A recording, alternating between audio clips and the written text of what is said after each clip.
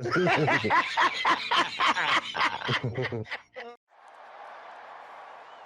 about them Cowboys? Angry Cowboys fan, are you down to ride?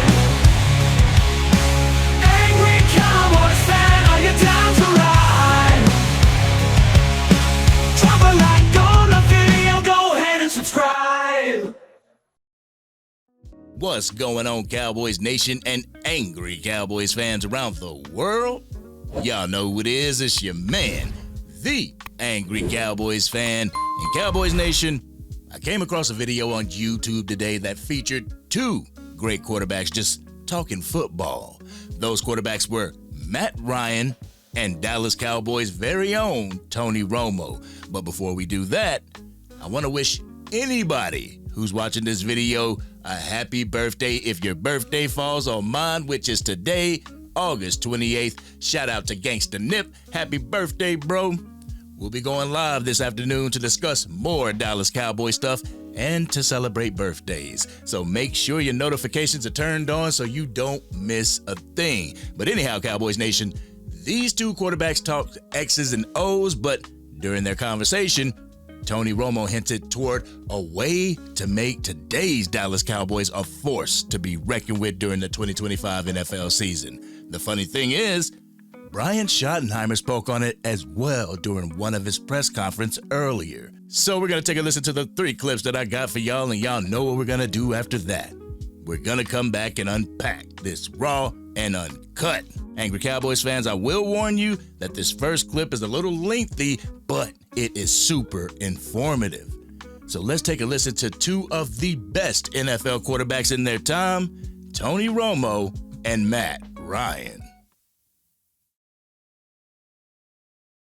Elite O-line or elite skill players? You got a stout O-line, but your skill players are all right, or you got absolute superstars, but O-line's a little shit.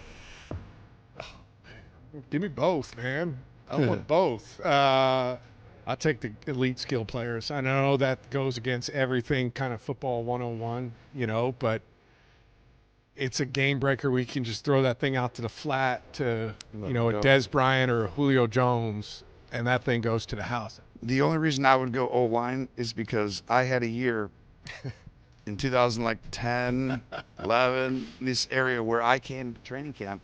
It was probably the best skill group I had on the outside. I had Miles Austin. Oh, yeah. In his prime. Dez Bryant. Yes. Early on. Witten. Yes. And I was sitting here like, here we go. Like, this is going to be our best offensive season. We're going to light it up. I remember going to the first preseason game, and I think it was against Houston, and I dropped back to throw a slant, and I just literally caught shotgun set, boom, turned this way to throw, and I got hit. And I remember being like, oh my gosh, I don't think I've ever gotten hit on a slant that fast. And I was like, only 4 guys rushed.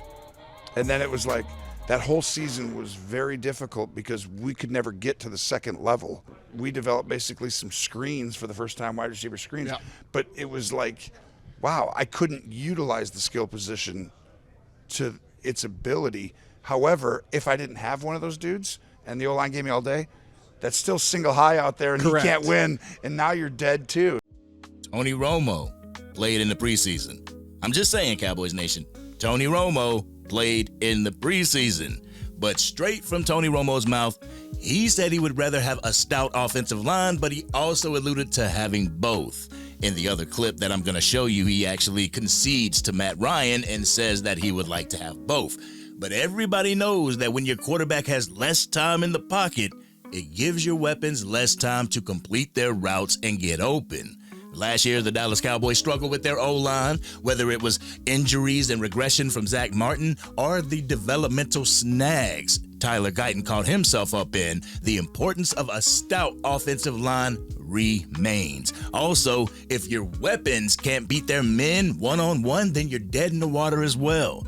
So it is vital for your GM of the team to make moves in order to keep their quarterback protected, as well as have some weapons for them to get the ball to. This year, the Dallas Cowboys seem to have both of those things. But now jumping into the second clip, Matt Ryan expands on the importance of having both on the team. So let's go ahead and take a listen to what Matt Ryan had to say so we can come back and talk about it. Roll the clip. So I think the other thing, I think the other thing taking the skill guys is it changes the numbers that you get, right? And so when you can run the ball, you don't have to be as proficient on the offensive line because you're getting better looks. Like I played with Julio Jones. Horrendous up front. No, that's the thing. If you're saying horrendous or average, you're saying if you're average, if you have average O-line, you would want the skill. I just know the benefit of playing with Julio Jones for 10 years. How much he benefit our run game because of pulling two defenders out of. And we would just pray the entire time. The first time we get single high, we're checking out of whatever we're in. That's exactly and the ball's going to him. So T.O. does these guys. Julio, they're game changers. Just the true alphas that you have on the outside changed kind of the dynamics for everybody else. The true alphas that you have on the outside changes the dynamic for everyone else. Well, those alphas are CeeDee Lamb and George Pickens, so they should be able to change a few things for our offensive line as well as our run game. When you have those skill positions on the outside, it can benefit both your offensive line and your run game. When you have a lot of newness in your backfield, it's a great game plan to have dogs at your wide receiver position. This way, it'll lighten up the box so that the running backs can do what they do. You know what it is. But jumping into the last clip I got for you, this clip actually came up in the first of the interview, but I wanted to save it for the last because this right here is the secret to the Dallas Cowboys' success this year. So let's go ahead and take a listen to that so we can come back and unpack this raw and uncut. All of that verbiage we were talking about before goes to the wayside.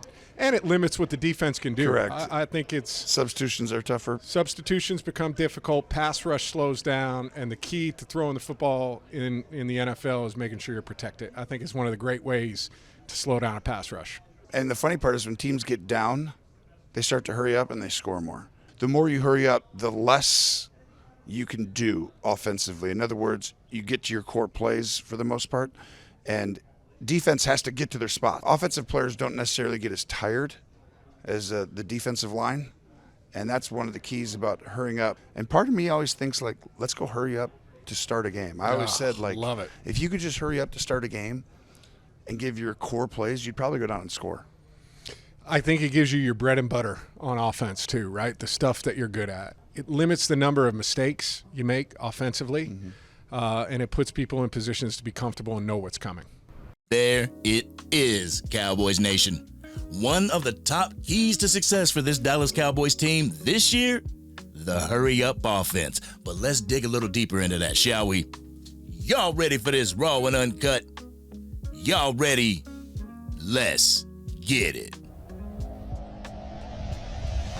Cowboys Nation, with the 53-man roster pretty much set for Week 1 against the Philadelphia Eagles, the Dallas Cowboys team looks to want to have a dose of physicality as well as a mixture of speed going in the Lincoln Financial Field. What does the hurry-up offense have to offer you? It offers you a chance to keep a particular defense out on the field. It makes it even harder for the defenses to be able to sub in and sub out to give relief to those gassed defenders. Like Brian Schottenheimer said in an early press conference, it allows these guys to get out there and play football. It gives them the freedom to go up to the offensive line and truly dictate the flow of the offense. It keeps the defenses on their toes and to the mercy of the personnel that the Dallas Cowboys have on the field at that time. What executing the hurry-up offense could do early in the game for the Dallas Cowboys? It could have your defenders gassed early. It could establish a dominant approach early in the game for the Cowboys. It could give you early success in getting points on the board, and everybody knows that the Dallas Cowboys have struggled to have that opening drive that results in points. Results in a touchdown more than a field goal, but hey, we'll take the field goal as well. But for a while, the Dallas Cowboys fans had complained about how the Dallas Cowboys never started out with any type of points. It was always a 3-and-out during the opening drive. This really hamstrung the Dallas Cowboys, especially if they received the ball at the beginning of the game. There have been times where the Dallas Cowboys, they would receive the ball and didn't even take 2 minutes off of the clock before they were punting the ball off to the opposing team. We can't have that this year, Cowboys Nation, especially if it's against a team like the Philadelphia Eagles or the Kansas City Chiefs. So if Brian Schottenheimer wants this offense to get on the board first so that the edge rushers can go in and do their job, in turn causing turnovers by the DBs, try to use the no-huddle offense early into your advantage. If you catch a questionable defensive look, continue to take advantage of it until they stop you by either forcing you to punt the ball or having to burn one of their timeouts. Remember, Cowboys Nation, this game is also cerebral as well. Don't think of it as just physicality. You got to be cerebral too.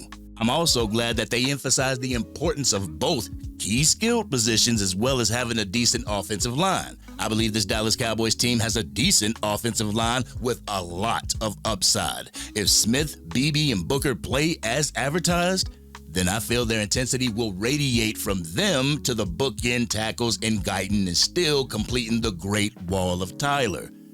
This is why I love the game of football, Cowboys Nation. It forces you to have to play team ball and depend on everybody around you. Of course, some fans would have you believe that it all falls on one player, but if you step back and you really look at it and you look at how each position is supposed to complement each other, you will see what it is that football heads talk about when we talk about complementary football. It's super important for each player to complement each other so those position groups can complement each other, creating a great and cohesive offense. Then the offense brings what they have to the overall team. If the defense and special teams are following suit and they're following that same guideline, then you will have yourself a team that works and gels well with one another. Now it's up to the coaches to coach and the front office to get the coaches whatever they need in order to succeed. You can ask yourself if this is being done in Frisco, and I don't know what answer you would come back with, Cowboys Nation. But the way that I see this Dallas Cowboys team of 2025 is the way I saw the Dallas Cowboys team of 2021. We were pretty damn talented on the offensive side of the ball, but our run defense looked to be the weak point of our team. From how I'm seeing it, it's going to be the offense dictating where this team goes this year. Even though the saying is, defense wins championships, a lot of fans, including the front office, think that it's Dak Prescott that brings championships. If you truly think that, then no wonder why you think Dak Prescott ain't it. But if you think with great complementary football, this Dallas Cowboys team could be something special in the next 4 years, I believe you may be on the right track. But this has been your man, the Angry Cowboys Fan. Cowboys Nation, what do y'all think about what Tony Romo and Matt Ryan had to say? Which one would you rather have as a quarterback? A stout O-line or elite weapons? Y'all know how we do. We always talk about it in the comment section. If you're digging this content and want to help the channel chip away at its current milestone of 20K, or if you just want to give a birthday present for me today, drop a like on this video and please consider sharing it with anybody that you know is a Dallas Cowboys fan. If you are DC for life and you got faith in this team's O-line and this team playing complimentary football this year, hit that subscribe button. Hit the bell to be notified whenever I go live, release a video, podcast episode, film breakdown, or Madden 26 or College Football 26 gameplay. It is super important for this Dallas Cowboys team to not play hero ball and just work together this year. I want these players to make a commitment to one another to do their job to the best of their ability and always shoot to win at every single rep.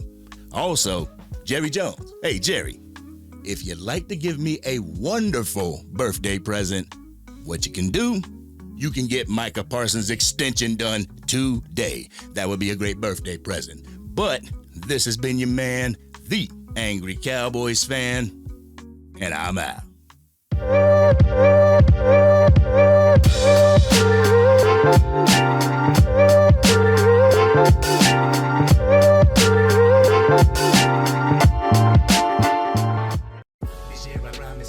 Dang, Angry Cowboys fan, you done made it through the entire video.